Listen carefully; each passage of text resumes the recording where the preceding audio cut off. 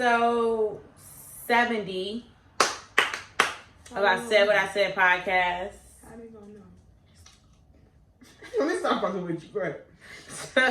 Sean, your girl Jazzy and Sasha. Oh, I'm sorry, y'all. It's not ethical to chew with your mouth open and shit, but I work and do things, so I eat when I can. It's only Wednesday, so like your week is okay. It's been weird. I feel like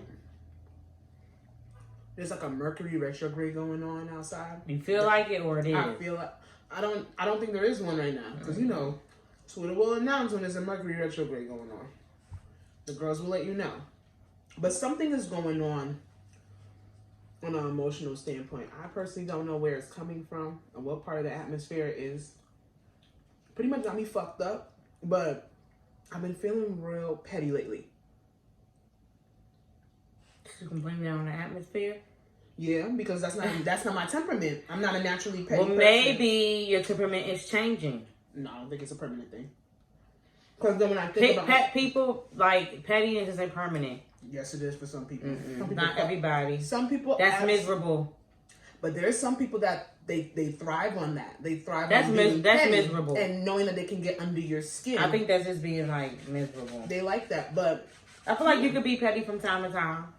I think it's people you could be petty from time to time. I actually admire people who have a keen sense of being petty, especially being petty on the fly. Like I admire that, but they can keep it moving. But then somebody that literally needs it as like a fuel, like they can't let shit go. Yeah, and they harbor on shit.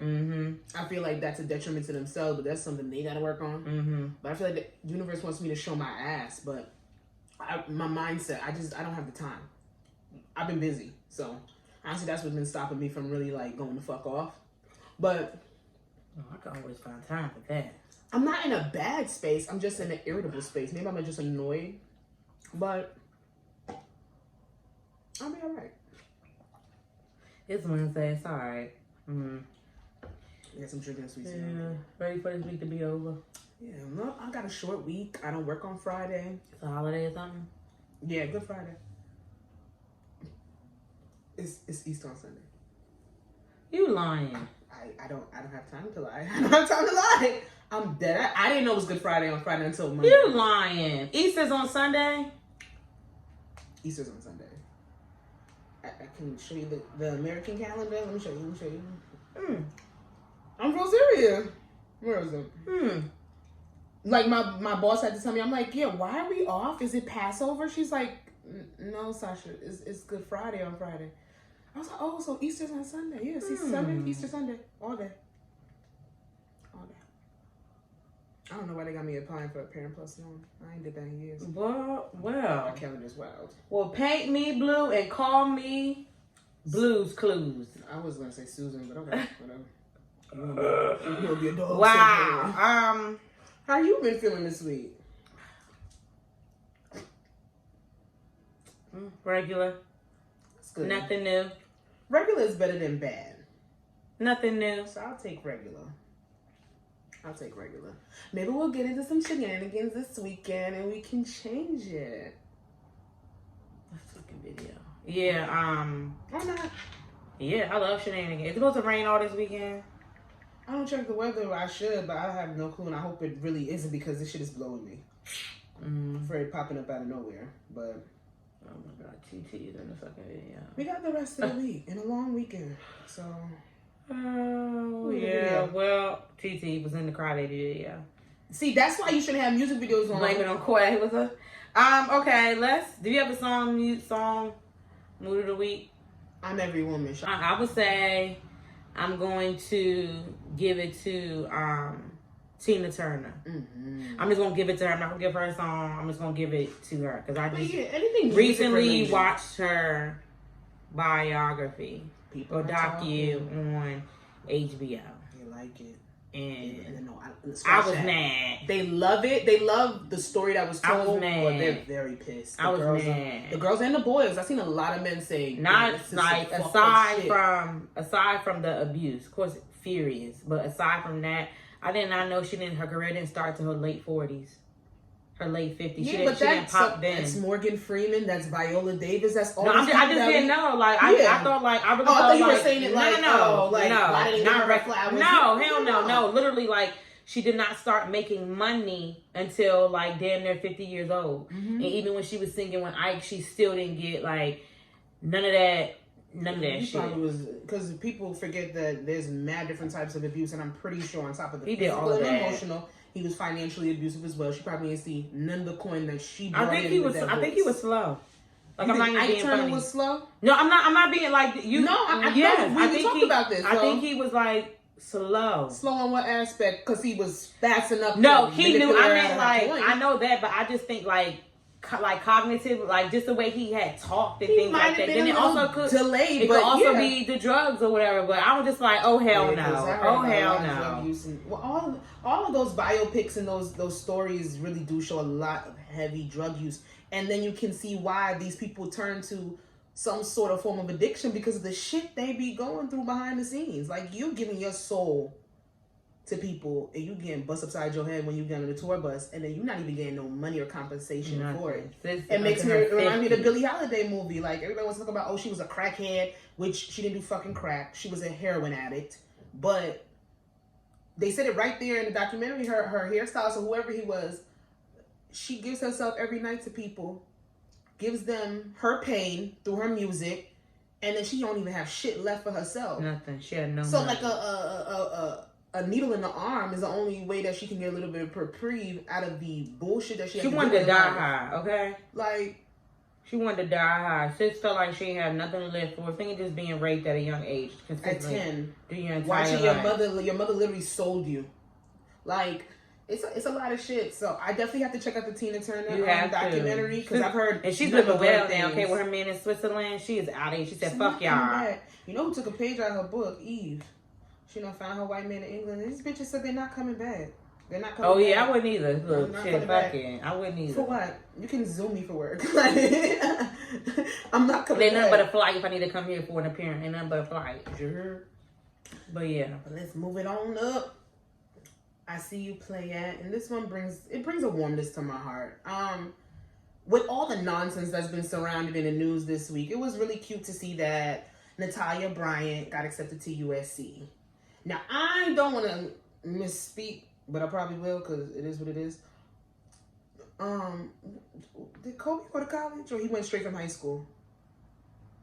No, I don't think he went to college. He didn't go to. Remember, he went to high school, and then he did the overseas shit. I think. Oh yeah. And then the league. Yeah, yes. The high school they didn't start making. They didn't.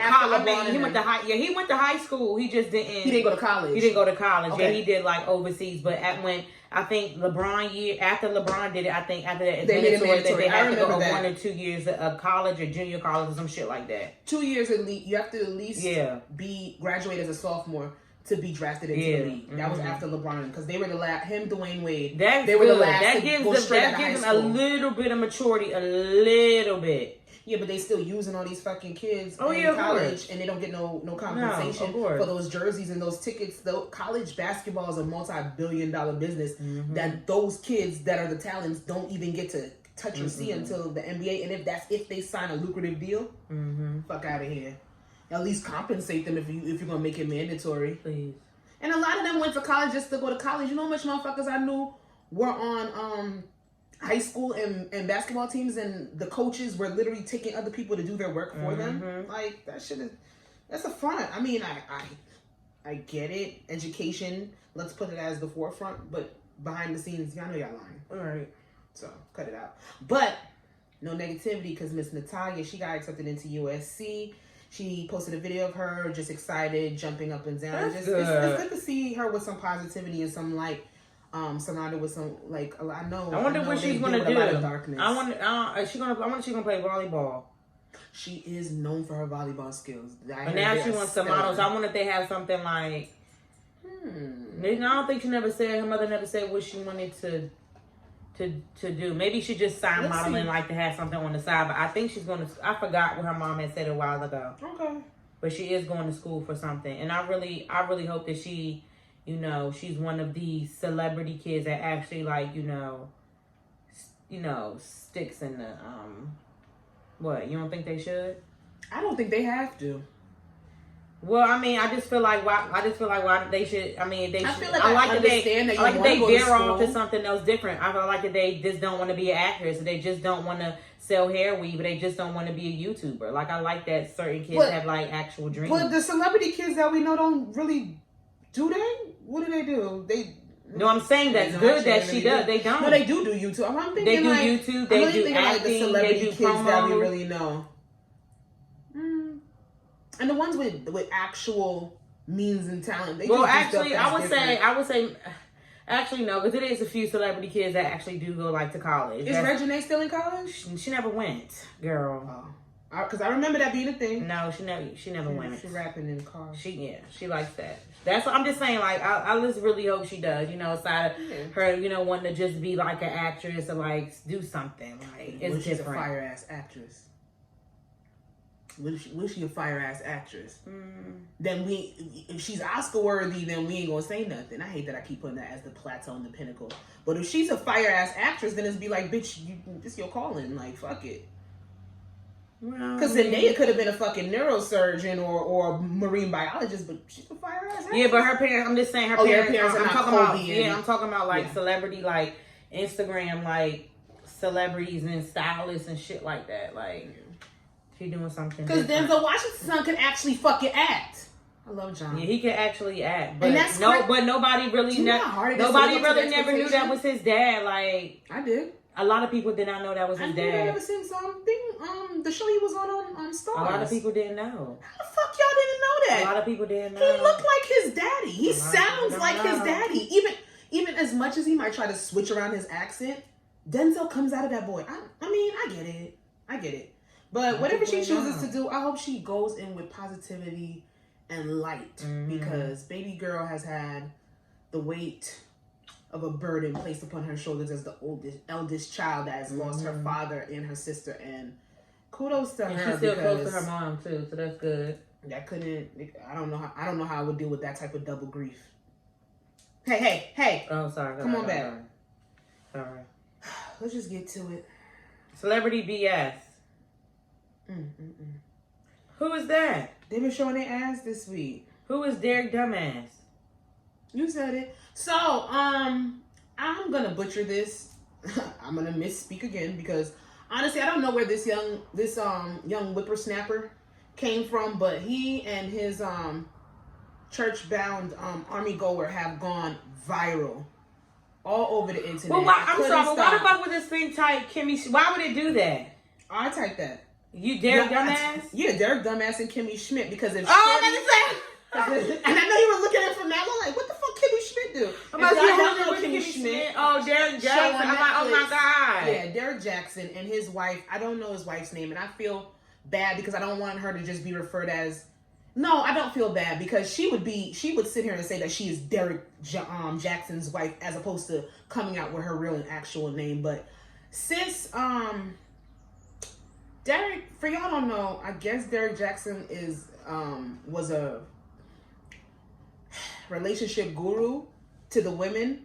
I don't know which women, but it was for the women. Yeah, like he had quite a following. So a majority of his videos took place with him speaking inside of his car. The majority of them do. A lot of those guys, all of like, not all, they give relationship advice out of their car. And I guess fellas, he was listen most up. known. If you want her to respect you, you got to do all this for her. Don't do it again. Sorry. Don't do it again. I guess he was mostly known for telling women that your man has to be the pinnacle of respect for you. You cannot tolerate cheating. You cannot tolerate any types of infidelity at any cost. If a man doesn't respect you on this level, then you have to leave him. There's no expectations. Know your red flags. Know your worth, ladies. And it sounded good because this is different than what's that other idiot? A Kevin Samuels. I'm not gonna say idiot because I'll say idiot. Kevin Samuels is very harsh, and I can understand his type of rhetoric because it is what it is. You could go toe to toe with whoever you want to go toe to toe with, but a lot of people don't like his views for certain ways because he comes off as harsh. He's just a misogynist that tries to tell you that he loves you, but he doesn't. That's neither here nor there. But like a Kevin Samuels or something like that, where he's constantly downplaying women and telling women that they need to be beneath men. A Derek Jackson, in his videos, he was uplifting women in a certain extent. Know your worth, queen. Leave him if he does this. Don't you tolerate no nigga cheating on you, this, that, and the third. But it has recently come to the light that he was having a 4-year affair with multiple women he met off the internet. He met off the internet, and one of his girls said, no, he's a fake. Let me expose him. So that shit went viral. And this was after he came out and did a very, very blurry webcam video. He don't have money for equipment? He might have been. Because I know motherfuckers was sending him money. No, he was inside of a room talking about something. He never cheated. He never had sexual relations with anybody. And then he comes out, and the clip that everyone's talking about is the video where he's sitting there with his wife on their living room couch, and he's squeezing her hand. When I say death grip, grips of life, while she is wearing a sweater and a wool bonnet on her head, and telling the world that he cheated on his wife, and that the forefront of it was he's a man of God, and even after becoming a relationship guru, God couldn't save him and he cheated on his wife. So pretty much telling y'all, all the bitches I told y'all to leave y'all niggas, I was doing the same exact thing y'all niggas was doing. Probably doing it worse. But his wife has since come forward. She's, made a video of her own saying that she is a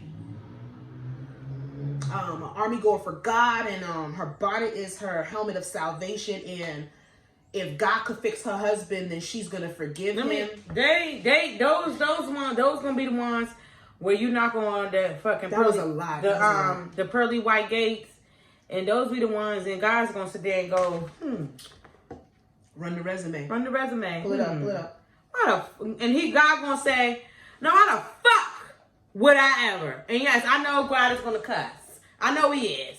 Because God's gonna cuss some of y'all the fuck out. Y'all don't think God gonna cuss, but I think he's cusses. I don't think God is gonna be like this, girl. You done went through so much. You was such a stupid ass on earth. I'm gonna let you come into heaven because I feel so bad for the way. No, he gonna talk to her for a little bit. He gonna make her nervous because I really hate that. I hate the fact that where it have like the super. I mean, I'm just saying like the super Christians where they sit here, they go through bullshit, and then they sit there, they want to deliver a message, and they sit there and say, "My God, my God, my God." Your God would never would never want you to stay through some shit like that. I swear to God, I don't ever think that God would ever sit there and send a man in your life to beat the fuck out of you every day. I don't think God would send a man in your life to fucking cheat on you and you know what I'm saying, and have you scared where he's squeezing your hand, where manipulate you. I don't swear. I don't. No, never. That's one thing I can't stand. Like I can't. And I know women that are exactly like that. I know a lot of women. If for specific tailoring, like in a Christian background, where they just like, my husband does no wrong. I am the wife. He is the man. Hear how I say these words, because these are even in traditional marriage values. He is a man. He gets to remain a man and stay a man, but then I have to just turn into somebody's fucking wife. So I'm allowed to be demeaned. I'm allowed to be depraved. I'm allowed to be embarrassed. I'm allowed to be manipulated. I'm allowed to literally sit here and have to come out and save him. Because why the fuck you had her on that couch? And why the fuck did you... I'm not going to say why did you allow him to put you on that couch, because she said it. She is a soldier of salvation. Her call of duty has always been somebody's wife. What was her only t-shirt was the armor of God. I couldn't. And her bonnet was like the helmet of something. Helmet of salvation. Girl, so women like that have always known and have been taught and have been brainwashed to sit there and be like, well, my husband comes first. Whatever discretions and infidelities may come amongst in our marriage, it is what it is, because men make mistakes. But God forbid she even look at another man. He would have probably karate chopped in her fucking throat. And it's real sad, and why I called her Kimmy Schmidt is because like women like that are in bunkers. They don't have any outside reality. They're in the sunken place. She looks like a woman that has literally been told what to say and spoon-fed bullshit. And if she wants to stay there, That's her business. Because don't get it crazy. No, right. Sure, I'm not gonna blame that man. Sure I'm not gonna blame that man for her moving and acting the way she is. Do I say his manipulation and the way he talks and the way he goes about definitely has something to do with it? Yes, because he fooled a lot of women. A lot of women came out and said, like, I was really taking advice from him. And he's come to be the same thing that he told me to leave. So yes, he's manipulative. Yes, he's a fucking narcissist. And at the end of the day, but I know a lot of women like that. They love to be stuck in that hurt because they refuse to unlearn. And then they, honestly, it boils down to them not giving a fuck about what their worth is as a woman. They just see themselves as somebody's property or wife. And it's real sad. It's real pretentious. And it's a lot of religions. It's just not Christianity. It's the Muslim faith. It's Hinduism. All of these religions are built on misogyny. And the man being the pinnacle of what the fuck is supposed to go down. And at the end of the day, me on a personal level, I'm not subscribing to that shit. Not ever, not nowhere. Love is not unconditional for you to have me looking like boo boo the fucking fool. Never. Ever. So. Never. If she like it, I don't give a fuck about it. Nope. That's my new term. Never. Girl. Wish you pieces. with your I know her scalp stink. That body was wool. But she always got something on her head. I've never seen her real hair. Let me not, because she might have a medical condition. She might. When her head get cold or something. No. Her scalp, she shiver a little bit. She don't. Oh, man. We have an update, and I didn't think that we would have an update on this fucking story. You thought that more was going to come from this? Sure did. So last episode, we did touch upon Quantavious and Swality. You did my tag. His real name is Quantavious? It's close to that. It's very close to that. It's very close. We touched upon them breaking up, going public with their breakup, and just shared our individual, because we were joined by Oprah and Gail. Shout outs to them. Just joined by them, and we broke down our individual opinions on breakup etiquette. How do you go about breaking up? What do do's and don'ts? And right. Would you even like put on Twitter, did you broke up with somebody? No. I hope not. I'm just texting everybody. You know this nigga fucking left. Oh, my friend. Group that, like, certain, I think that a lot of people, if they had the means to go to their group chat before they went to like Twitter or something, it would save them a lot of grief. But I guess not everybody has that. But there's been some very strange developments with this story. I personally thought that Saweetie and Quavo, I personally predicted that she would get with Drake by the end of the summer. Like, we would see like pictures of her going up to the 6, going up to the compound real quick, and chilling. But he got some stuff going on in his house right now too. We might come to that. But supposedly there's a rumor flying around that Migos jumped Justin LaBoy. Is it LaBoy or LA Boy? Justin LA Boy, which I was watching his interview on Breakfast Club, and I didn't watch it yet. He's definitely my type. Like, tall, chubby nigga. Yeah, I liked what I saw when I looked at him. Like, not traditionally cute in the face, but like cute. Why do you sound like you belong on the Long Island Railroad? I'm sorry. It's what is it? The LIT? What is it? I know what you're talking about. It pops out from time to time. Don't do me like that. Sound like you in a Spike Lee movie. That's when you hear them accent pop out, nobody will say nothing. Yes, y'all do. Please. Please. I had to like, wait. Yeah, he's not. I mean, yeah, he's okay. Definitely my type. So okay. I'll put that out there. However, supposedly what I don't understand is if supposedly Saweetie and Quavo was upset, told Saweetie she allegedly couldn't go on their show because her ex Justin Combs was on the show. What the fuck does Justin LA Boy got to do with Saweetie going on a show with her ex? That's why I think it's stupid. This is my thing. You think it really happened? I heard it. Well, if they couldn't successfully jump Chris Brown, I don't think they could successfully jump. And they couldn't do Joe Budden either. No. So, the Migos, I like the fact that y'all are not scared to pull up, but y'all really don't know where to place blame when blame happened with certain shit. Y'all don't know who to fucking go at. They not gonna jump Justin because that's Diddy's son. You touch Diddy's son, I'm pretty sure you are done. We know we've talked about what we think Diddy is capable of. Don't play that game. And I'm pretty sure the best thing I can get is Justin LA Boy. But I'm like, why even touch him? He just doing his motherfucking job. Because supposedly Justin LA Boy might have been throwing hints and making fun of the situation and being petty. But that's that nigga friend. But that's nigga. That's Justin's friend regardless. What loyalty does he have exactly. to you? That's what niggas are gonna do. That's what girls are gonna do too. Like the fuck. You don't think mad bitches is wilding in Quavo inbox? Oh. With this whole situation, you don't think mad? You could buy me a Birkin, nigga. Like I just don't understand why y'all not directing anger where it needs to be. If you mad at jump Quavo, fuck. No, not jump. Quavo needs his ass beat. That's what I'm saying. Like, but no, it was the Migos who supposedly jumped Justin. Yeah, I know, but like, I'm just sorry if I don't understand the rhetoric, the violence. If you and your girl break up and somebody has something to say about it, because 1,001 people have something to say about it, so everybody that you see that got a problem, you gonna fight, or you wanted to fuck up Justin Combs, but you couldn't get him, so you got his friend. I don't know. It don't make sense to me. And then again, it's a rumor. Ain't no footage or anything pop up, but you know what footage did pop up? Y'all gotta stay the fuck out of the skybox in the sky. Like, elevators are not for celebrities. And I really think it's the same elevator that Jay-Z. No, this is not the same one. This is not the same elevator Solange beat I Jay-Z. want to know what the fuck this bag was that Squeedy was trying to get. And we was in that bag, bitch. I didn't even notice okay, let's backtrack, give some context. Since yesterday, there's been a video that has surfaced with an altercation between Quavo and Sweetie in an elevator, where it is seen that I think Sweetie threw a punch at Quavo. She had a person, she had like a yellow, orange and shopping bag. Or bag or something. It was a shopping bag. In her hand, and he grabbed her ass and he pulled her back. Do you know what it looked like at first? At first, it looked like they was about to get hit by a car. So that's what it looked like. That's what it looked like. It looked like they was about to get hit by a car. That's what it looked like. It's very weird. But when I go back and look at it, I feel like she was trying to tussle away from him. She was trying to get something in that bag. It was something with that bag. I don't think she was trying to get something in the bag. From me, the vantage point of what I saw, I watched it several times.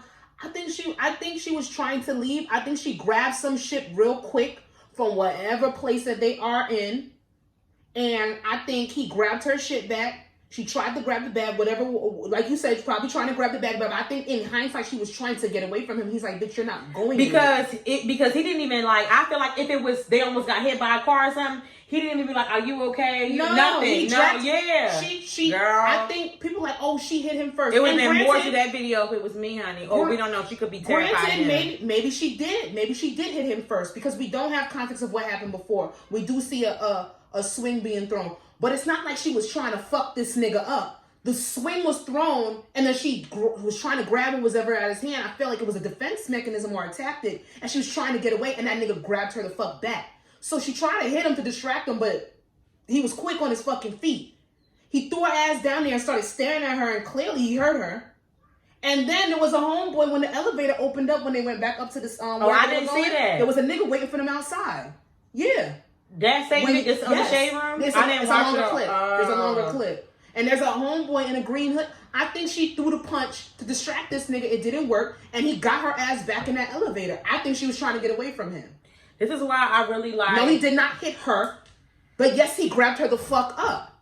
And yes, she stood the fuck... If you're fighting with a nigga and he fucking grabs you back, in that elevator, you ain't gonna be tussling with that nigga if you were really trying to beat him the fuck up. Who you asking? She stayed the fuck down. She wasn't trying to fight him. She just sat there. So, and the funny thing is when she talked about this whole fucking breakup thing, when she aired it out, she didn't even bring up domestic violence. Nope.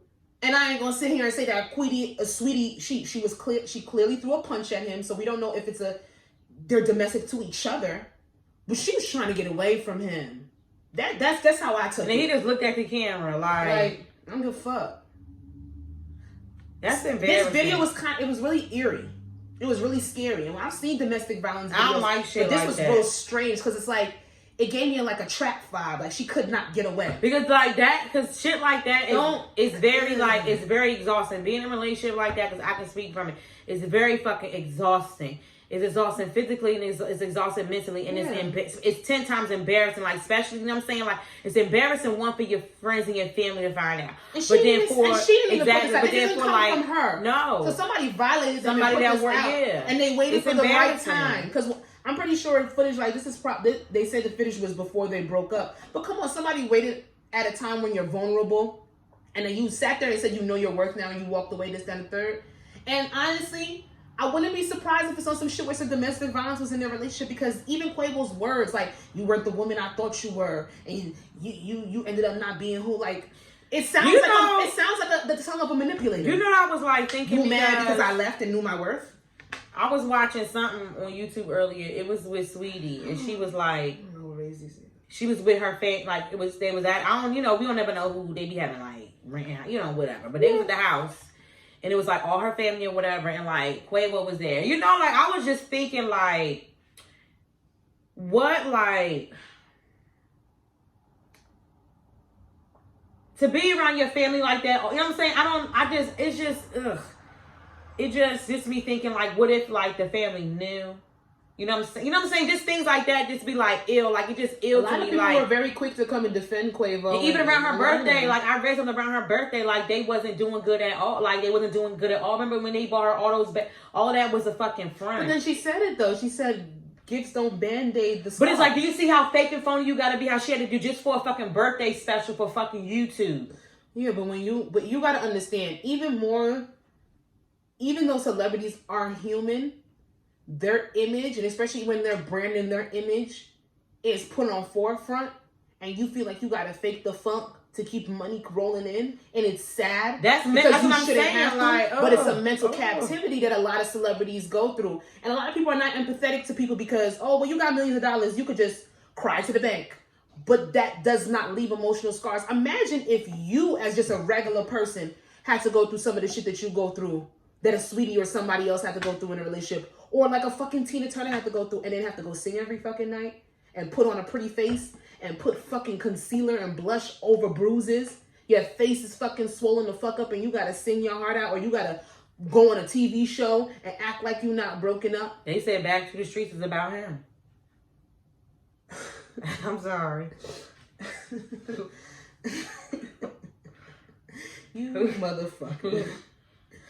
I don't like I said, the elevator. That's gotta be hard though, Sasha. Like it's just like you like literally put on I could go in my room and be fine, and nobody's gonna really but like a whole production, like you just being like this nigga get on, this nigga just I just found this nigga did this and that. We just got into, and I gotta sit there and fake the fucking funk. But hey, turn up, bringing me 6 fucking. That fame shit don't mean nothing, man. That shit can be very detrimental to your mental, like. And then I just seen a couple of different men. I'm not going to name nobody because those pathetic motherfuckers don't need no type of clout or light. But they literally talking about if y'all know real fucking relationships, you know that video was nothing. Oh, being her diminishing. I don't know who the fuck that is. Oh, yeah, Johnny Baby I don't know Daddy. who that is. He's an idiot then. He a Baltimore rapper. Go fucking take care of your kid and don't make stupid ass remarks. Don't make stupid remarks, or that other fucking washed up ass, whack ass nigga that's going to jail soon. Adrian Bronner. Yeah, like I said, he's slow. He can't read. Whatever. Dumbass. Like y'all over here talking about some from what it looked like. Yes, no, Quavo. No, we didn't see a video of him popping her in her fucking face. But it's the acting, the aggression of what the fuck he did. I'm trying to get away, nigga. Let me out the fucking elevator. You mad? It's like she just like sat there. Like she just literally sat there. Defeated as fuck. Like, this nigga just won't let me go. I just can't fucking leave. Girl. And because he wasn't punching her or slapping her or choking her, that's not domestic violence? Are y'all fucking dumb? Do you know what captivity is? You don't. Because there ain't no bitch ever kick y'all in your fucking balls. Okay, speaking of, I don't condone like, trauma. I don't mean to laugh. Speaking of trauma, period. Space. Okay, it's not on here, but do you think? Why you look at me like that? I don't know what you about to say.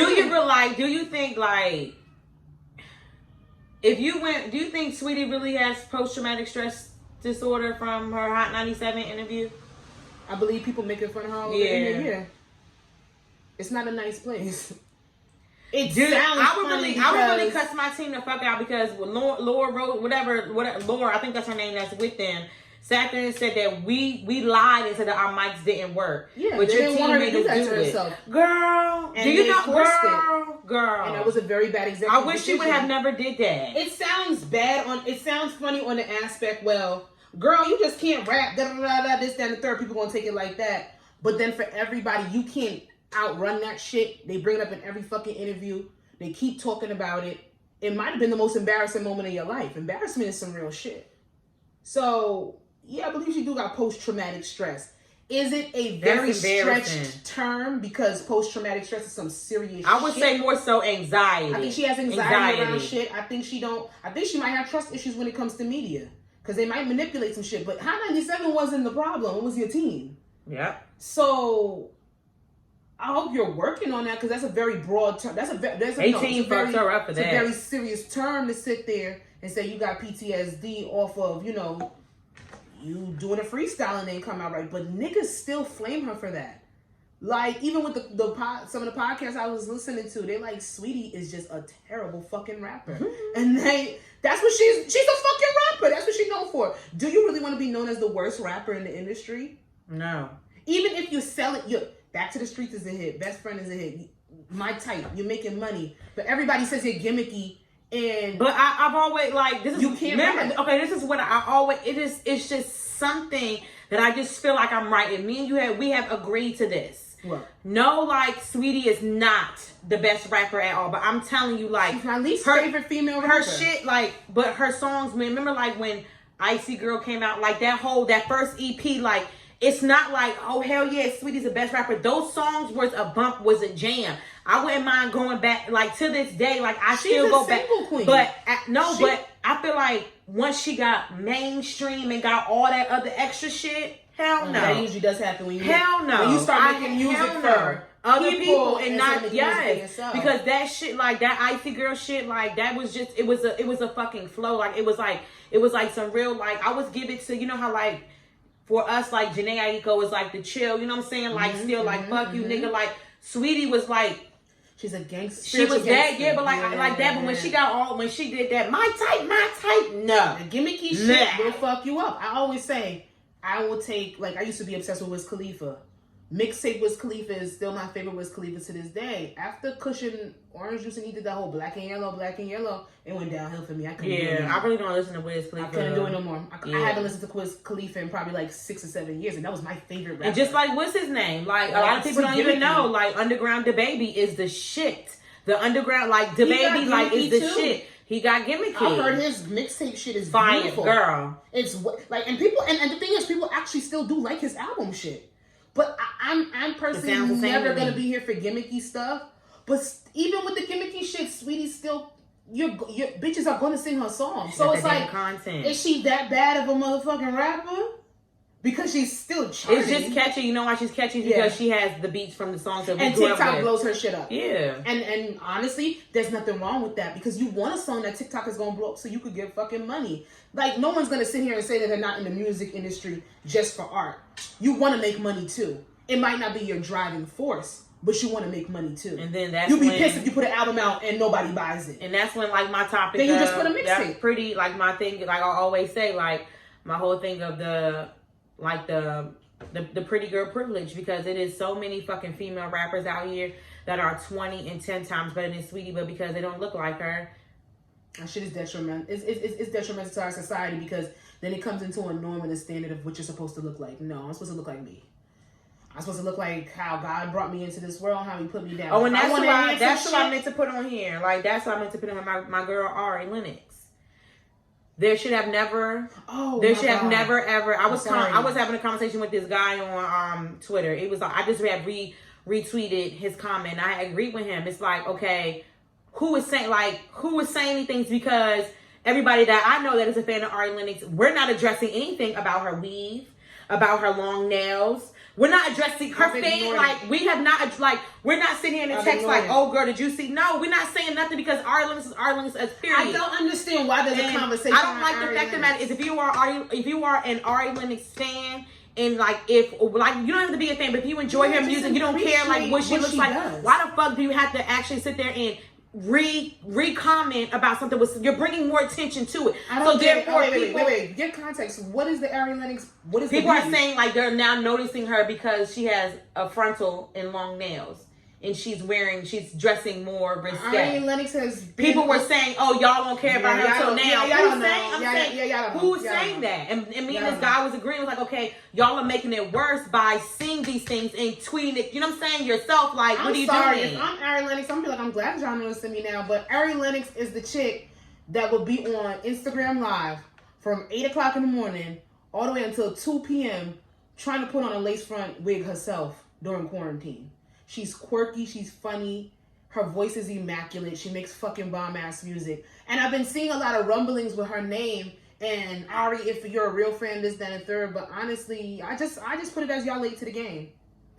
Y'all fucking whack as hell. But I'm just like, why? Like, now you're noticing her because she got a weave. But then shout out to her hairstylist. And shout out to her making more money because sis has been popping off. She's a Baltimore hairstylist too. And shout outs to her. I'm glad y'all noticing her now. But like, why I don't see why it's a topic. Why keep shedding light? Like, but why keep shedding light to it? I feel like nobody who is saying that.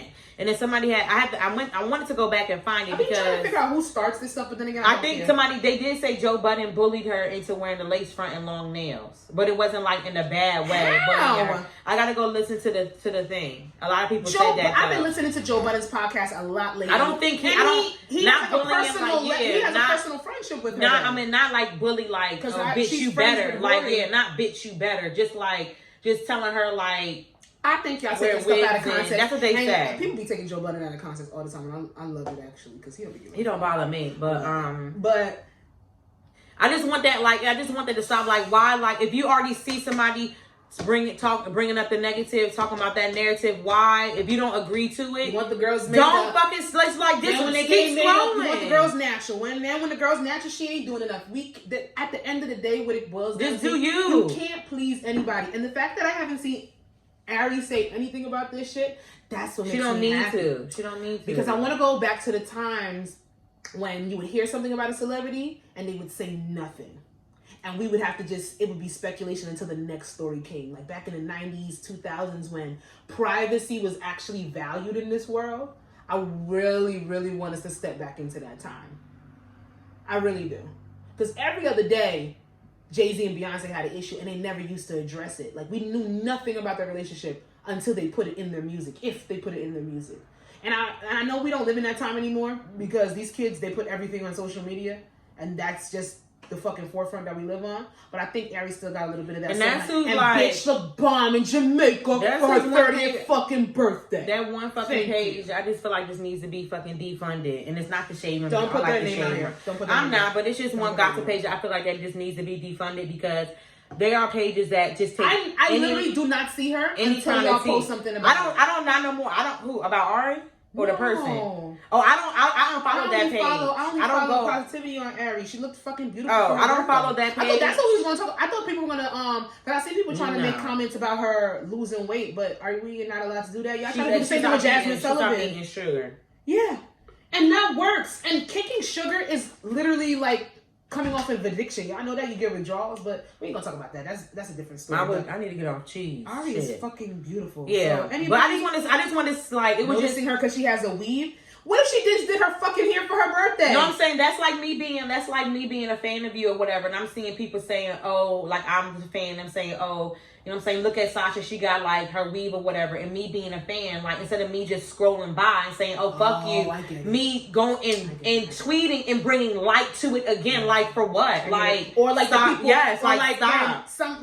Say somebody drops like, oh, J. Cole drops a record, and everybody's like, oh, now y'all want to be J. Cole fans. Yes, now you want them to be a fan. As a fan, don't you want other people to see what you see in that person? So it's if like Ari wasn't being noticed before, she's pointing more attention to it. Like you're putting more attention to her having a lace front and her having a slim figure and her having long fucking nails. But she wants y'all to see she's a bad bitch. She ain't post that for no reason. People put the negative spin on everything, girl. I'm sorry, I don't see it as negative. If anything, it's really, really good press for Ari. It's really good press. I just was like, if you're a fan, I'm not gonna just put the, you know what I'm saying, like, keep pointing. If I'm a fan of yours or whatever, I'm not gonna keep pointing out the negative. I'm gonna keep scrolling. I'm not gonna give a fuck. But then that's not a fan. You're using that. You're not a fan if you are retweeting negative shit about your fan. Yeah, that's what I'm saying. Yeah, that's what she was doing. I mean, the guy was like, "What is the point? Like, why you bringing more light to it? Yeah, like why are you bringing more light to it? I'm an Ari Lennox fan."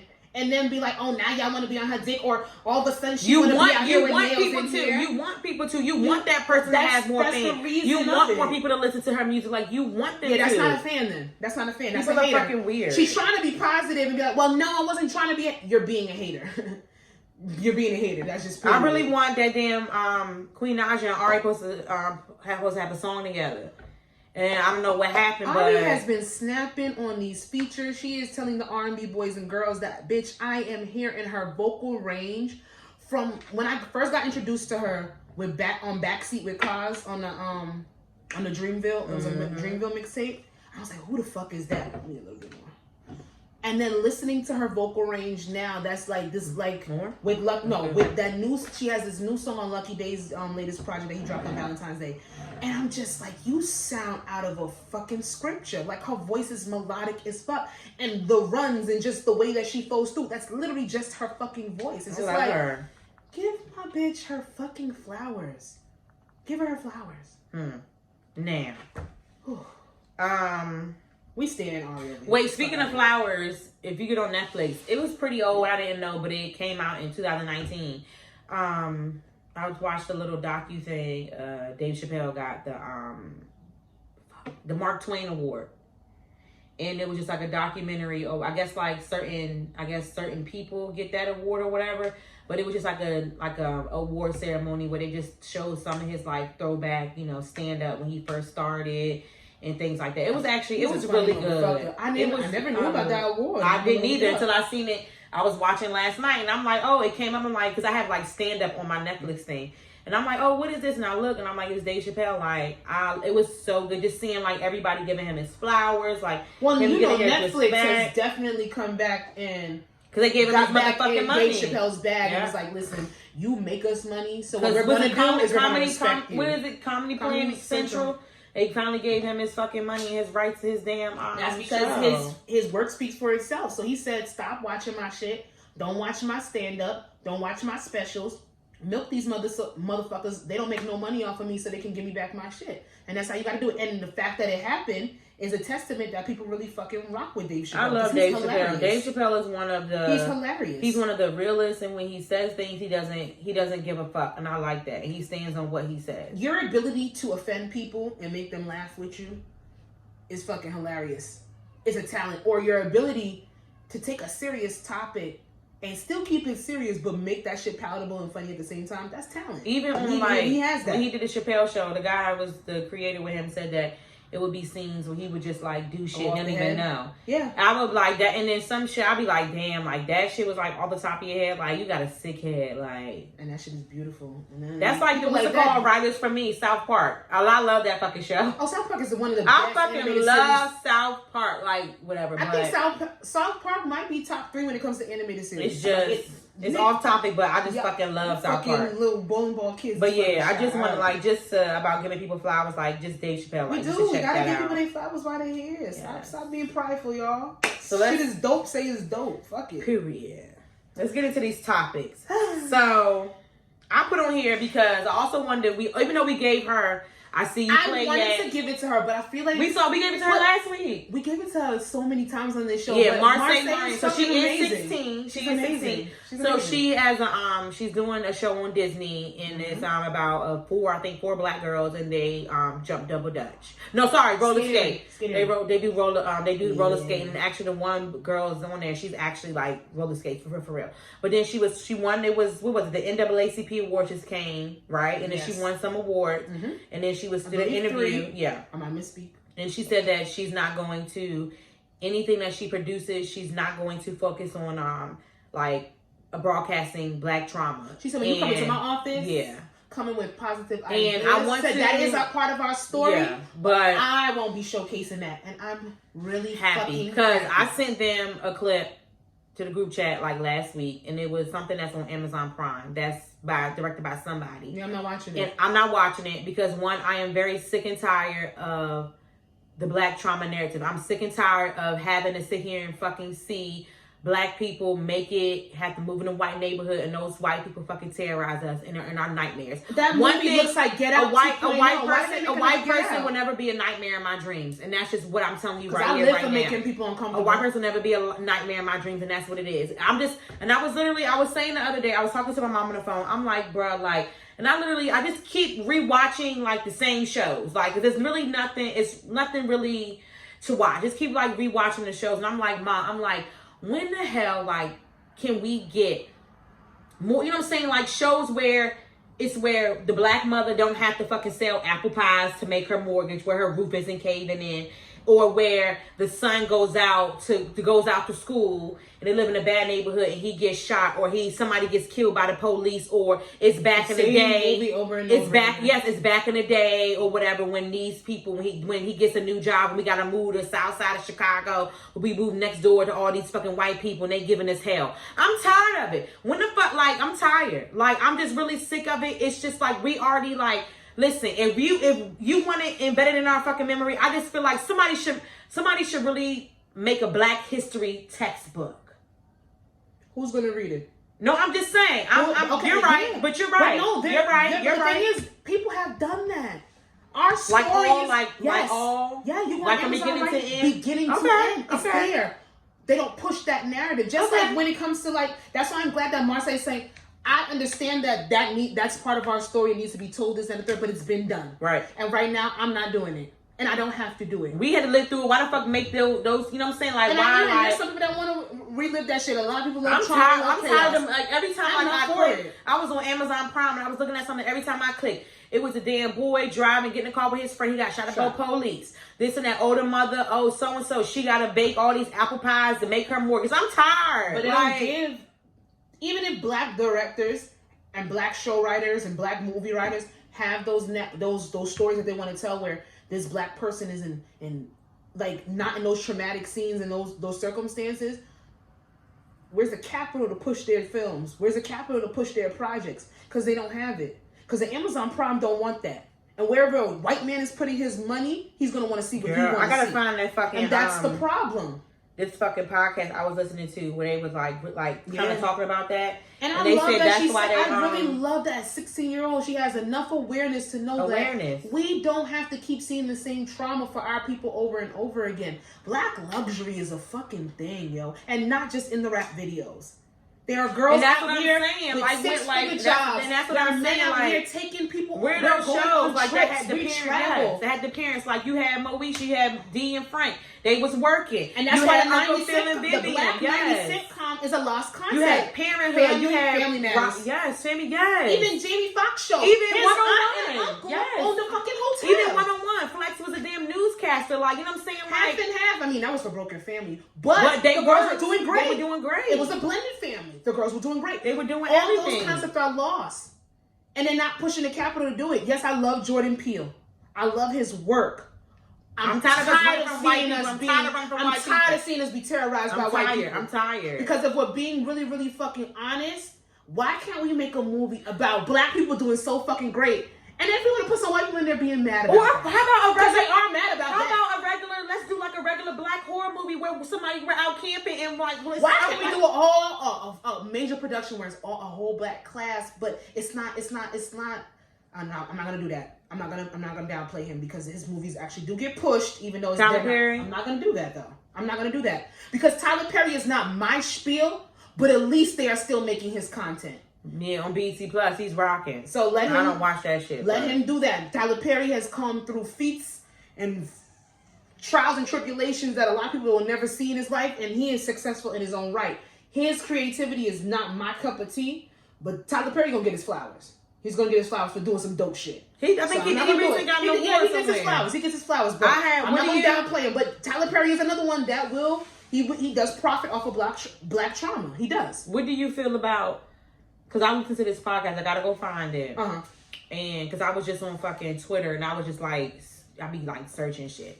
What do you feel like? You know, I was saying like the Black sitcoms. What do you feel like, if you think about it? Like the actual title of the name, like Black-ish. Like, What, like if I'm offended by it? Not offended, but like, does it make you be like, like, no? Okay. Because I was like, I've been like reading stuff lately where like, you know how we're talking about like the black sitcoms and people. Think pieces. No, not a think piece. It's just like, you know, like, I don't know. Left or right bullshit. Y'all no, but it's like, y'all be thinking y'all like, I don't know, like fucking Toni Morrison or something out this bitch, and y'all not. Y'all think pieces is trash. They're not think. It's goofy. I guess people were they were like having a discussion, like it was like half and half where they were saying like blackish doesn't mean like, you know, like, oh, like we're black but not black enough to be able to have all these things. You know what I'm saying? Like, girl, that's what they said, girl. That's what I'm just saying, that's what they said. Come the fuck on and watch the show and shut up. Shut. Yo, certain things don't have to be a thing. Okay, well, let's just move on. Certain things don't I am tired of the black trauma narrative. I'm here for... We're gonna give Marseille play it again. I really didn't want to put her in because I feel like we talk about her every week, but you know what? Give flowers while they're here. That little girl, I just love talking about her. Like, she really just makes me smile. Like, when I think about Marseille. I love the movie Little. I could watch it all the time. She's just amazing. And everything that she's gonna do, she's gonna be renowned. She's gonna be a legend. She's gonna be a fucking legend. As she should. She's starting for her generation, as she should. Because she's she's out here doing more than fucking... ahead of her time. She's out here more than flicking it up for the goddamn gram. And she's ahead of her time. She's doing it. She's... Pay attention to... Why are you clapping? I'm sorry, because I just be really like... I just really want to pull my braids sometimes. I just be like, this generation under us is sick with shit. Like, literally sick with it. Like... Talented, like when talent wise, these kids are sick with it. And I just be looking like, this is what the fuck you want to do? This is what you want to do? I mean, I don't see. They are. The aspect, like you just said, flicking it up for the gram. But if you get paid for it, is it so bad? You think it's gonna last for a long time? But they're getting. Well, I want to get paid for flicking up on the gram here and there. So then you can't make fun of nobody else. I'm just saying, like, I just really hate talent. I know the aspect of influencers and all that kind of shit is played out and is corny to us from our generation. They do what they gotta do. But I can't get mad at nobody making money. If somebody is literally going to give you a $20,000 check for you posting the ad some fucking juice. If you sit there and you get paid $4,000 every time you post Fashion Nova, I'm with it. Then fuck it. De'Ara was able to pay for her fucking pool. Then with fuck a Fashion Nova post. She built a house with ads. If we're being, she built a lifestyle from YouTube videos, and they don't do shit but drive around and eat food. Nope, nothing. I'm not mad at nobody who has found a way to beat the system to make money. Every time I watch YouTube, I be like, you motherfuckers. All of y'all. Because all they want to do is talk about black people lazy. Black people don't do this. Black people don't do that. And then now black people are too greedy. Black people don't do anything. YouTube is not easy. You see, YouTube is not easy because you got to be on point, posting everything. First of all, you know there's college. You can get a degree in editing that people have literally figured out how to do on their own. Yeah. So it's a talent in its own. That's what I'm just saying. Keep like content relevant for people to keep watching you for 4 to 5+ years of videos that people are invested in yourself, and without even when you don't feel like doing it. Like let's be real, it's not per se. I'm just saying, that's what I'm saying. Like the babies got it. Like the babies got it. I'm not mad at them. That's not. I think I'm trying to get my little brother to start YouTube. I'm trying. I would love a little bit more privacy with this. I'm not gonna kill him, but I'm trying. I feel like the Generation X? They're a little bit more transparent than we are. And we were taught to be a little bit more private with shit for millennials to a certain extent. Well, the older millennials. Because I'm an older millennial. But when it comes I'm an older millennial. You are a young right millennial. There with you. No, I'm not. I was in the 90s. What you talking about? No, I'm not. No. I don't know what you talking about. Anybody talking about someone late 80s into... I know about the late 80s. What happened in the late 80s, Sasha? Michael Jackson. What you mean, Michael Jackson? Oh, I miss Michael Jackson. One of these motherfucking 2,000+ babies. Don't play with me. Okay, this is the second one. Did you see the link? I actually put the link to the tweet. Push it. I pushed the link to the tweet. Yay, pop. So I said, do you think, are women obsessed with helping men grow? I read this a couple times. I'm just like, are we obsessed with it? I was reading the thread and I'm like, ooh, niggas, they got a lot to say. It wasn't disrespectful. I'm just like, ooh, like, are women, like, do you think we're obsessed with helping men grow? Okay, and then I just saw a tweet. I think it depends on the woman. I believe that some women are. I believe that there are some circumstances I've been obsessed with change. But is change intertwined with growth? You've been obsessed with change. We're trying to change somebody. Well, then maybe at that time you were obsessed with the aspect of being the reason why somebody changed. And I think that all comes with the time of maturity and knowledge and your self-worth. It takes a lot of self-awareness on your part to realize that motherfuckers not going to change if they don't want to. Right. And it's a slap in the face sometimes. Because I will say, this is why I was so confused with this to a certain extent. Or maybe I wasn't confused. Maybe it was an aspect of me trying to figure out how I personally felt towards it.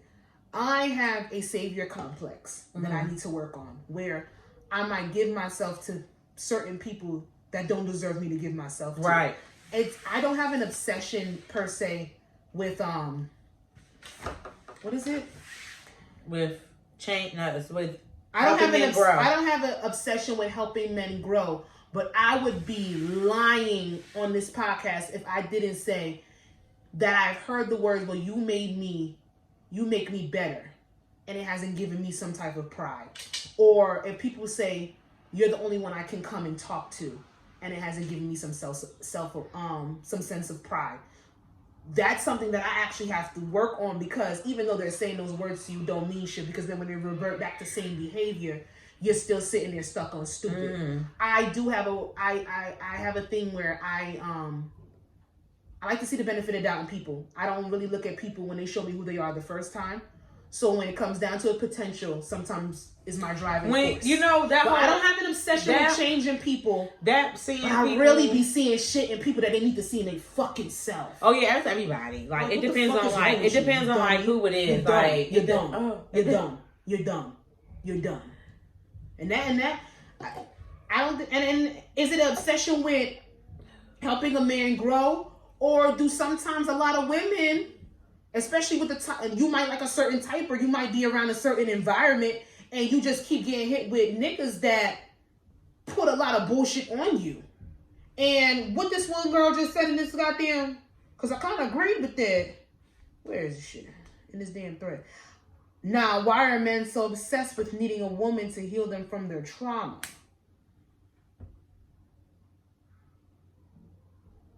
It's a good rebuttal.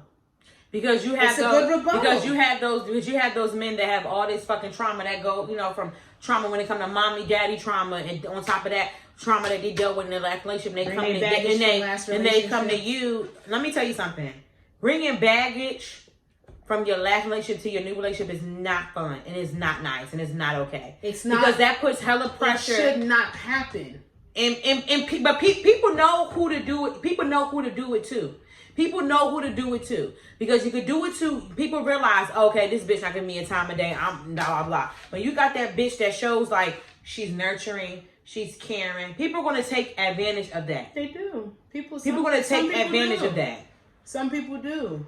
Then you sitting here and you getting your rocks and your kicks off of necessarily thinking that someone is growing with you, and they're making it sweet for the time being, because they're showing you what you want to see per se. And I like I said, like, even to go back to the whole baggage thing, I asked somebody a while ago a question of, do you think you're different in the relationships that you've been in? Do you think you move different in the relationships that you've been in? Do you think you've grown from the relationships that you've been in? And they necessarily kind of gave a bullshit answer. Like, they couldn't really answer it. You claim that you have baggage from past relationships. You claim that you didn't do good and do what you were supposed to do in last relationship and in your past relationships. So what are you doing differently in this one? And they couldn't really answer that. That should open your eyes to see that this person has a lot of things that they need to work on themselves that you might not be able to do for them. So is it an obsession of women sitting there and wanting to fix men? No, but I think we get put in that role unconsciously. I don't think men even know they put you in that role. Do you know think women even know they put themselves in that role. Mine is like, that was a good. It's crazy because I do like self-awareness is like, I rather somebody hurt my feelings before I hurt theirs. I just can't ever be the person where I hurt somebody's feelings.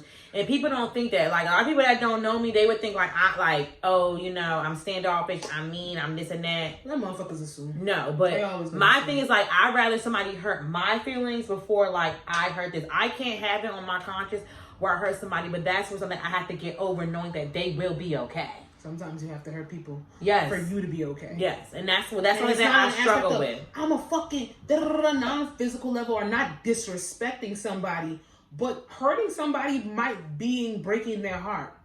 And in hindsight, that's gonna break your heart. Sometimes you gotta break your own heart to know that you are doing right by you and that other person. And like you said, even with this tweet, it comes with a level of maturity. And like, that person will be okay. Like, you have, like, just like how they know, like, if somebody breaks your heart, like, they know that you will be okay. You know what I'm saying? But it's... Yeah, because other people don't have that.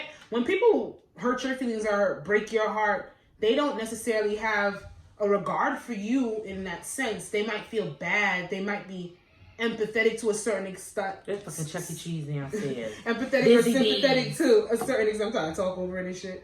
But at the end of the day, you gotta have that same tact with yourself. That person is willing to leave you or willing to break the relationship for the betterment of themselves and you. You gotta be willing to do that too.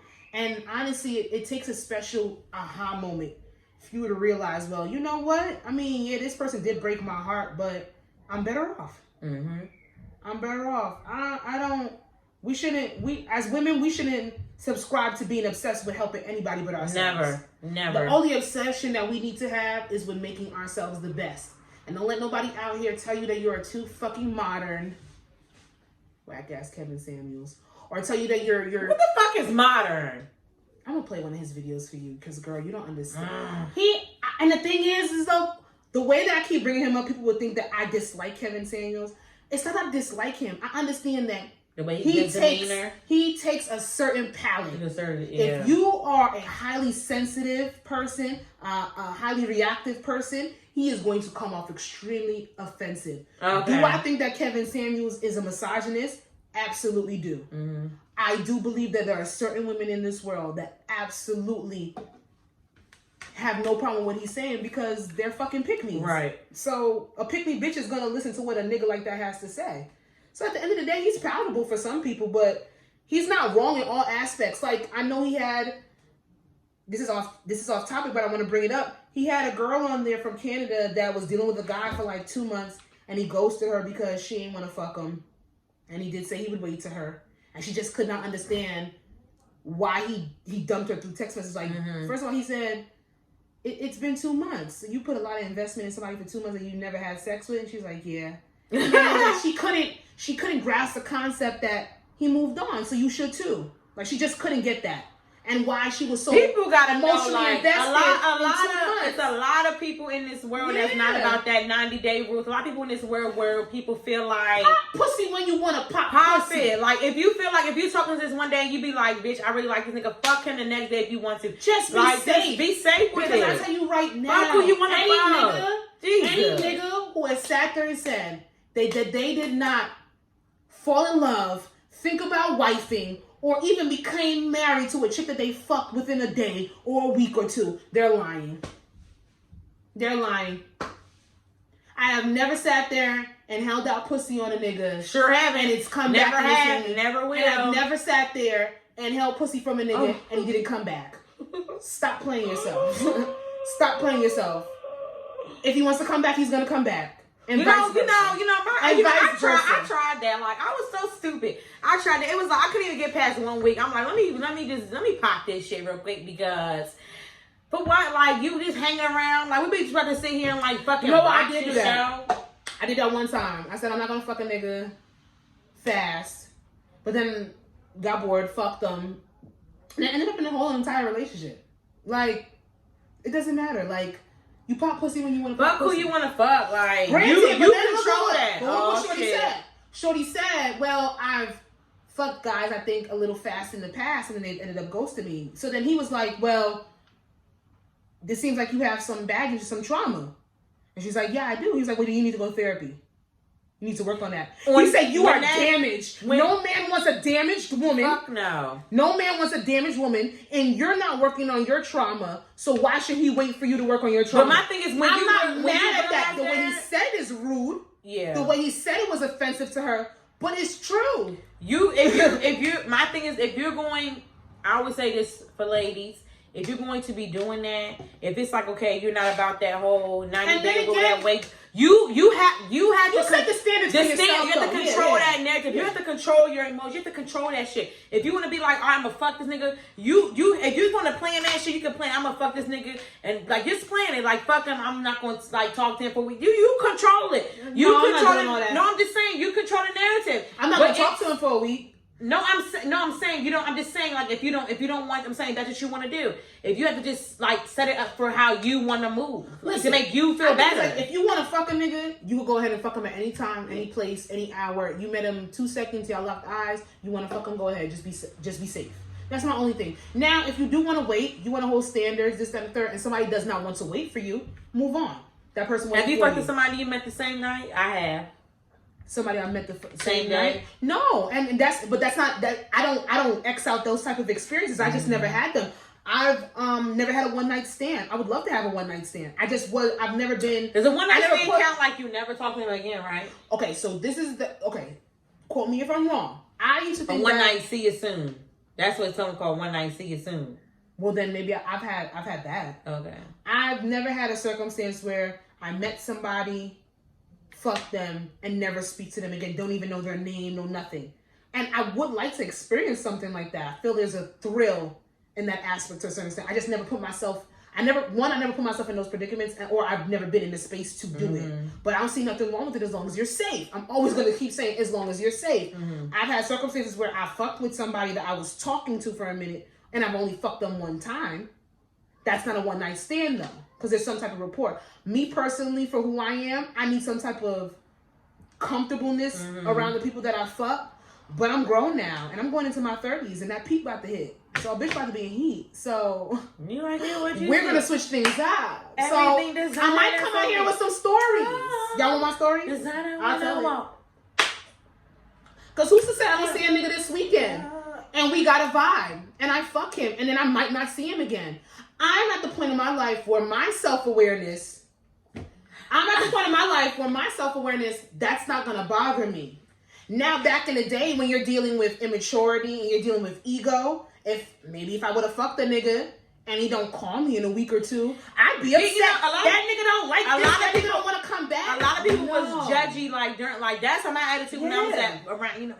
We went to Morgan. Everybody was so judgy. Everybody was always I hated that. I hated that. I've always had an admiration for girls who can move like that. I love it. I love the aspect of being so sexual. And I think because I'm sexual. Did I see that tweet when this girl was like, y'all, I'm going to check back in with y'all later because my friend having a birthday party. One of her niggas paid for the party. One of her niggas, but he came. He paid for the party. I got stressed right away. One of her niggas paid for the food and the cake and he came. And another nigga paid for like open bar and he came. So all three of her niggas was there. And her friend is a fucking legend. And I love her, and I want to know her name, and I want to talk to her. I gotta go find. I think I bookmarked it. I gotta go back and see the update. Ladies, is points 2. Go and let your shoulders off. I just really want everybody to mind their business, and I really think the narrative of hoe tendencies and being a hoe and moving like a hoe. I feel like that's why the fuck? Wait. Oh, sorry. I just feel like it's being diminished. I feel like it used to be a thing back in the day where they would hold women to certain standards. I feel like a lot of niggas is realizing girls want to fuck as much as we want to fuck. So who cares? Not even fuck. Like we want to like get the things too. Like you remember how you always heard niggas was always buying, bitches was always buying nigga shit. You remember like you never heard that? You never heard bitches always buying nigga shit when we were young. You never heard that shit. No. Okay, well, I knew some bitches. I'm sorry. I always heard it like I knew some bitches that always had a boyfriend buying them stuff. Oh no, I've had some experiences with men I've back always in the day. heard. I mean, I heard of both, but it was just like it was. I've gotten older and I realized that bitches was paying. It's a struggle. It's a struggle. Like besides birthdays and Christmas and shit, it's a struggle for me to buy a nigga some shit. If you're not my nigga, it's a struggle. I like it. If it's not like. Oh no. I will say it here and now. If you are not my man, if I cannot claim you, you will not get a gift from me. And I'm being. No, let me take that back. I did buy a Christmas gift for somebody before we were officially in a relationship. But I had claim to that nigga.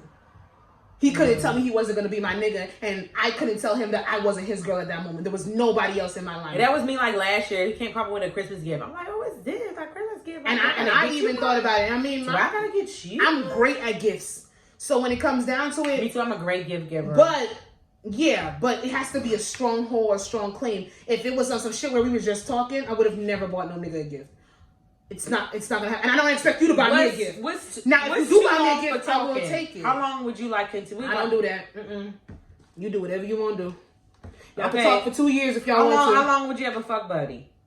You want to ask me that? No. Okay, let me ask that at my big old age. At 29 years old, personally, I'm at the point in my life where I don't want a fuck buddy. Right. I don't want a fuck buddy. At this point, if it's people where it's casual encounters or it's somebody that I fuck here and there, that's okay. Then it's okay. But at this point in my life, do I really want somebody that I fuck here and there, or do I want to build something? I personally like the aspect of a relationship, and because throughout my whole 20s I was scared to be in one, so I stayed away from it. But I like the aspect of being in a relationship, even though circumstances of things do not. But what if what if you gotta get in the dating pool again? Like, how are you gonna do that? You okay with that? Like juggling, like dating niggas. You could date. You could date. I was gonna say something. I personally, bitch. Of course, you personally. I am a little weary to get back in the dating pool for a lot of the fuck shit that I've been seeing. But I'm not gonna hold you. The aspect of dating when I was younger was scary because niggas' mind sense was way immature. And it still is, girl. I know. And that's the thing. I'm very skeptical to even jump back into that pool because it's just like, what am I really going to get hit with? I was mad. I didn't tolerate a lot of shit when I was younger. And a lot of girls can't say that. I didn't tolerate a lot of shit when I was younger. Sure I'm definitely not tolerating shit now. Mm-hmm. Like, what the fuck am I gonna do with you? Girl. And even more now that I can do for myself, because I did back in the day tolerate some niggas because they was giving up some things. I don't have to do that anymore. I really do front my entire lifestyle on my own. So I mean, I'm maybe like 30% excited to date and 70% like I'm not even thinking about that shit. And I think the 70% just really weighs out more than anything. The 70% is right now. Like, it's for right now. But as an aspect of like having a fuck buddy right now, I don't put it under but how long could I have a fuck buddy for? I've had a fuck buddy for a long time, but that was because I was scared of being in a relationship. You know, niggas just be fucking annoying. And niggas take advantage of that. Oh, you don't want to commit to me? Okay, I'll take advantage of that. They even get in little feelings. They love it. They love it. Niggas, or they get in their feelings a little bit. Niggas are actors. Niggas are actors. She not on my heels. She not asking me for a relationship, so what's wrong with her? Then they try to switch the tables on you. Pump your brakes, sir. I know that you are toxic, and I know that pump your brakes, I know just because you're toxic doesn't mean you are boyfriend material, because dick can be great, and I can fuck somebody and know that I can never be in a relationship with them. But shout out to you fake ass toxic niggas. That's toxic. Okay, let's go on I said episode. Do number 13, because you put those on. Let's sing 13. I meant we 3. Say 1. Oh shit! Do say for the pain. It's the last shit. So it's it's actually 3 different tweets. But they all tie into the same thing. So I'm going to read the bottom 2 first. Everything will never be 50-50. And you know what? This kind of works into what we were talking about before, so I'm glad. I'm never going to be 50-50 on no bills with no man. I'm not working a full-time job only to come home and work another full-time job. Let me read this though. I don't care what no man say. They are not cleaning or cooking or doing shit when they get home. I cook and clean. If I cook and clean, I don't pay bills. And then Young Miami had tweeted that started a little chatter. If you're in a relationship spending your own money and majority on everything, you should be single. And then we'll come back to what Passport Cuddy had tweeted because I want to really just touch on it. This is my thing. I always touch on this subject. Because this is the thing. What's up with the 50-50 lifestyle, y'all? This is my thing right here, right now. Like, I don't know about y'all, but I might get like flack, like. It's not flack, it's your opinion. Because what niggas will leave you out here high and dry. Period. Niggas will leave you out here high and fucking dry. In fear sounding like a pick-me, not period. All niggas. Okay, I'm sorry. Well, there are some niggas that take care of home, but just because they're taking care of home here don't mean they're taking care of home every day. We're looking for a boyfriend to take care of home? Is that what we're doing? A boyfriend? No, but I would like... I don't know how to answer this. I'm just saying, it's just like it. Because I've said it on here before. I do not have a problem with a man showing me that he wants to be a provider.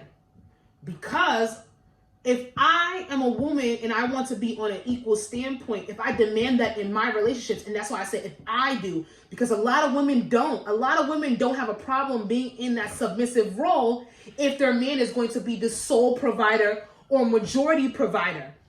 I like to be on an equal standpoint with my niggas. It's probably why I bumped head with my last nigga, because there was a certain equality that I want out of my relationship. And if I don't get it, I'm gonna think about moving somewhere else. I don't put past nothing. For me, I don't put nothing past like nobody when it comes to people. And yeah, I get it. Like in a relationship, you should not be paying. I don't think either person should be paying, you know what I'm saying, for, I'm going to catch flack, you know, like for the majority of things. Because there is times where, okay, like. But what if y'all live together? If you're. Oh, it's okay. If your nigga is doing, you know what I'm saying, everything, it'll be like, hey, babe, you know what I'm saying? You know what I'm saying? Like, let me take you out. Like, what's wrong with that?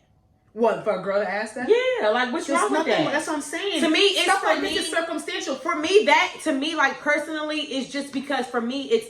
No, I do not put the stigma on every man that I'm with.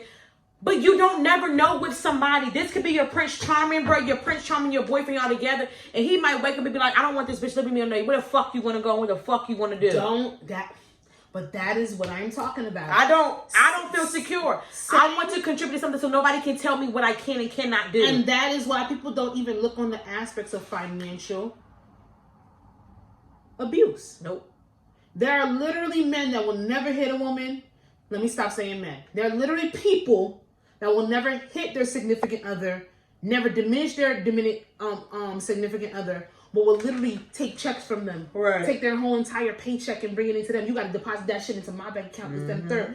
Financial holds and retribution is lured over other people's heads to get some type of dominance and control over you.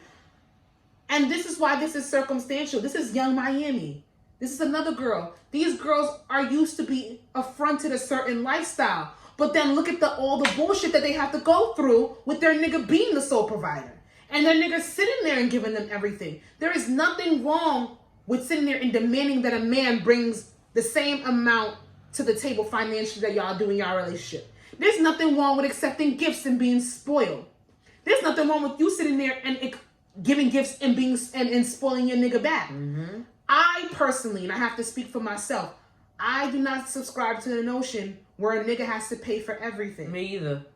No, if it's on an aspect where it's going to be 50-50, it doesn't matter. I'm stashing my own money. I'm stashing something else, and something has to be contributed. You are never going to take hold of my finances. You're never going to be a nigga that's going to sit here and everything is in your name, so that you can take away and snatch anything at your disposal. It's not going to be that for me. You know why? I know a lot of women don't move on that standpoint because a lot of women have the mindset that the man is the sole provider. That's good for you. Nope. I need to have whatever. I have to have my own. I have to have my own for me. My own for me. Like, I'm sorry. Like, a lot of people, like, even though like it's as great as it sounds, you know, everybody like during this pandemic, people staying at home and working, whatever. To me, I cannot just be a stay-at-home mom and not doing nothing and only doing charity events. I can't do that. What if you had to quit your job, you wanted to go back to school so that you could get a higher rate? That's different. But I'm playing devil's advocate. I'm just playing devil's advocate because I saw this thing where I'm calling my mom. She'll help me out financially. She will. I know bro will help me out, but I'm not calling bro. I'm calling my mom before. If I'm married, I'm not. Oh, married. Okay, married. No, well, no. Married. We're gonna be talking about. There's a TikTok couple, and there was this girl. She was cooking meals for her. No, I'm gonna do it like on Friday. I got a whole date set for me to get TikTok. So this girl was giving her man like the meals every day. Like, I seen that. I seen that. Oh, I need a bitch like this. I'll cook for me every day. This, that, blah, blah, blah. And then somebody came in the comments like, you don't even realize she has the time to cook for him every day because she quit her job so that she can go back to school full time, and he pays the majority of the bills. Like, y'all, stuff like this. I love how bitches like this want to generalize when things are literally circumstantial. You cannot tell me what to do in my relationship. You cannot tell me how to move with my man. I'm not about to sit here and tell Young Miami, well, bitch, this thing is using you and he's financially abusing you and he's going to take all your money. Because Young Miami got her own money, so she can say something like this. But a girl down the block, a girl in Kentucky or Ohio or because my Young Chicago, Miami, she has that money. Say that. She has that money. If her nigga be like, I don't. She has. A lot of people like really don't. For me, I don't. I don't have that fucking pillow where I can sit there and be like, oh, like. You know, like, I mean, like, I have the pillow where it's not, you know what I'm saying? But it's not like... You have the pillow, but you know for a fact that you're not going to let a man sit there and dictate the means of your finances, or your lifestyle is not going to just be I can't wait. By if I need something, can I have money? I need it right here, right now. I can't wait. I need it now. Like, if I need it for something, I need it. That's why I always take care of myself. Something has to get paid, I'm going to pay for it. I don't have time to fucking wait. I don't like nobody holding nothing over my fucking head. I don't need nothing where somebody sit there and tell me, okay, well, you got to get out. No, nigga, I pay money too. Like, no, I don't, girl. You're not going to have no man give that leverage. You never, but think about people always, but you never Nobody's going to have that leverage. You never know who you're with. You could be with your strictly Prince Charming. No, it doesn't matter about me knowing who I'm with. No, I'm saying with these other girls. If I'm yes, with these other girls. I'm saying with the other girls, like they, oh my, he's so great. Yeah, you think that he wake up that one day and say, bitch, it ain't so great. What the fuck you gonna do? Wait, but I thought this was our home. No. Now you don't have a job, you don't have a skill. What are you gonna do? And that's just for me. There are Young Miami can make that comment because she has money for her own. She can do that. Y'all gotta be a little bit smarter, especially with these niggas that you're out here with. And like, if you want to take care of a nigga, that's nothing for you too. That's not my bit. I'm not doing that either. But that's not my business. If you want to, I'm not affronting no nigga's lifestyle. I will sit here and hold a nigga down if it's a circumstance of potential or something else greater coming from it. So I'm the breadwinner in the home for a year or two because he's going back to school or he's taking a course or something of that nature, or I'm making a little bit more money. That's good and fine. But you have to be bringing something to the table. And you got to communicate before you push submit on that. And I gotta know you're worth it. It's a lot of motherfuckers out here that are not worth it. I'm sorry. I don't think boyfriends should be worth it. I think maybe fiancés and husbands. I don't think boyfriends should be worth it. Yeah, but motherfuckers be in a relationship for 17,000 years. Business. I don't think boyfriends should be worth it. Because if that's your boyfriend 17,000 years, they're not worth it. You wouldn't give a boyfriend money? How much money? I'm not saying how much. Would you give a boyfriend money? I would give a boyfriend money. So then, to a certain extent, they worth it. You might not get that money back. Wait, I take that back.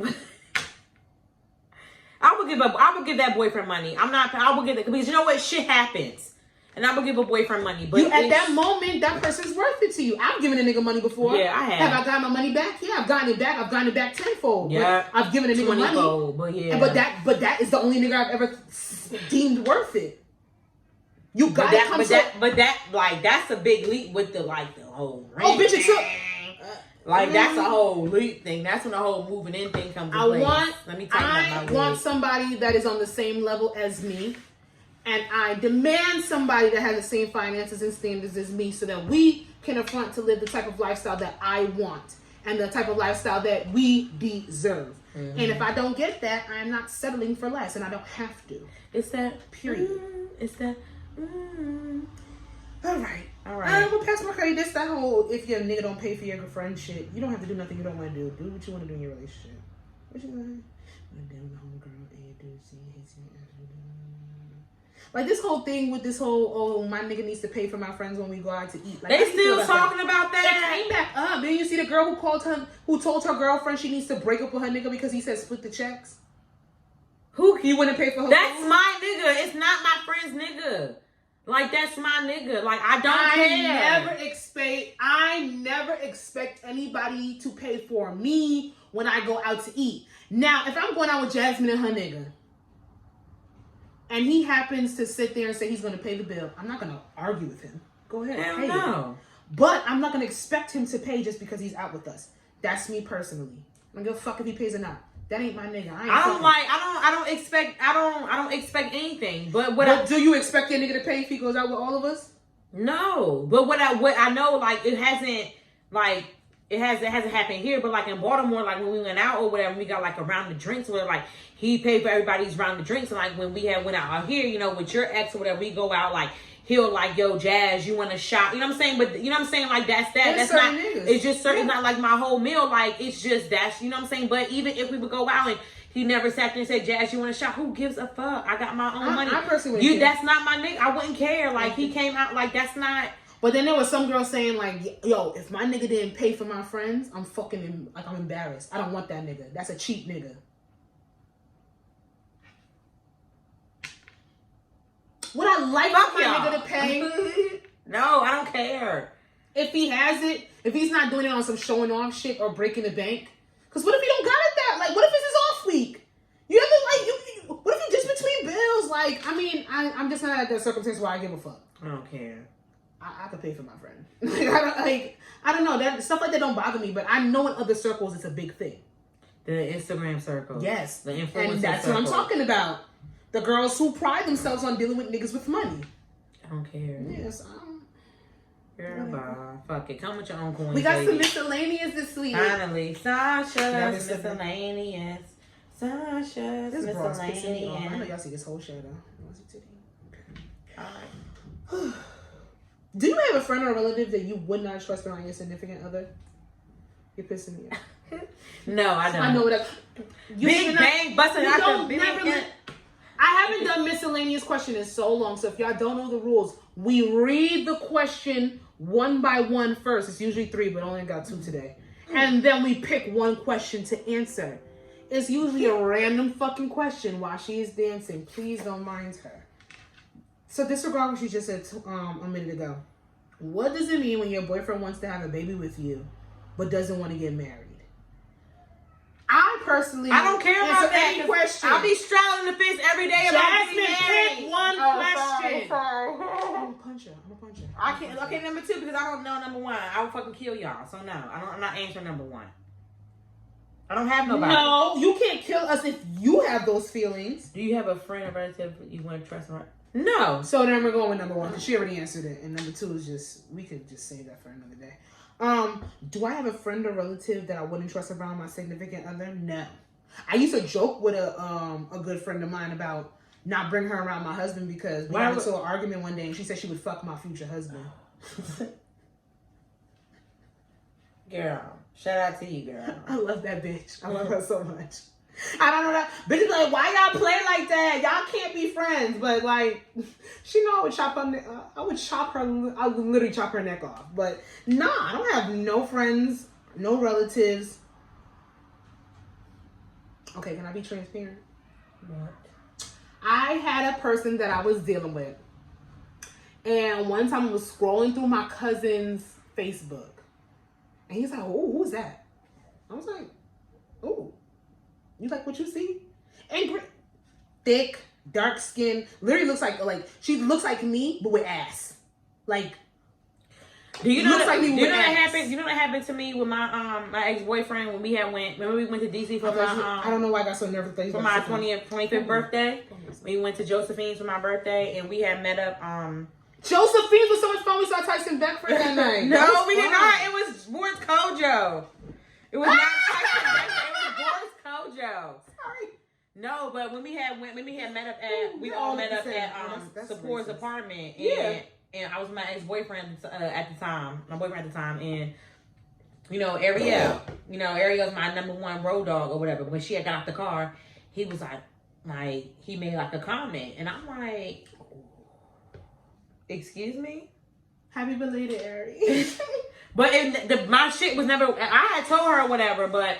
She's like, girl, we could have jumped his ass. Like, why you ain't tell me? We could have beat his ass. You know she about that fucking life. And I was just like, her ass is fat though. It is, but it's not. It's to me. It's like I'm like, it's like, yes, my friends like are beautiful, but it's like you could have said that in your fucking head, like for real. So I'm just like, that's why I was glad, like when Milton and all them came to my party, whatever, like all of them, Corey and them or whatever, and they had like fucking turned up and like all the bottles and all that shit. Cause I was like really fucking over it, like that because of that, or just because of him. Period. Like him, but like that, it was like I don't know, like I don't know if I would be. I mean, she got a fat ass. I could understand it. But in certain ways that you say things, it's like I know, and I had. It's not like oh your friends are beautiful, not that ass is fat. Like I don't know if you should say that. Like damn, you fucking hungry? Because I'm not per se a jealous person when it comes to stuff it's like not, that. It's about respect. That's just it's like to say it like that. That sounds like a lustful thing. I don't know. Girl. That's weird. Maybe it's a circumstance what I have to be in. But no, there's nobody that would never even with the person that I was talking to, he was like looking at her looking at me, looking at her Facebook and this and the third. I was like, this, that, and the third. Like he was interested, and honestly, I would still bring her around him because I would like to see how you move, like kind of. Yeah. Not a test. I trust I trust my friends. So is it? Would you not bring a nigga around your friends? Girl, that's just him. But yeah. Anyway, when you know better, you do what? Hey, better. Thank you. But that is all we have for you guys today. We done spilled our tea, gave our guts, been transparent as every motherfucking week. So you know what, y'all? We gonna give our handles and get the fuck up on out of here. You can follow me on Instagram at Jazzy, of course. You can follow the podcast Instagram at I Say What I Said podcast. See? You can follow me on Instagram at Coco the Dondada. I have a makeup look loading tomorrow, so y'all check that out.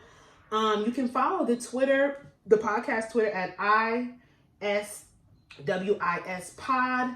All updates, new videos, YouTubes, all of our content is posted on there on our Instagram. So check us out. Check us out.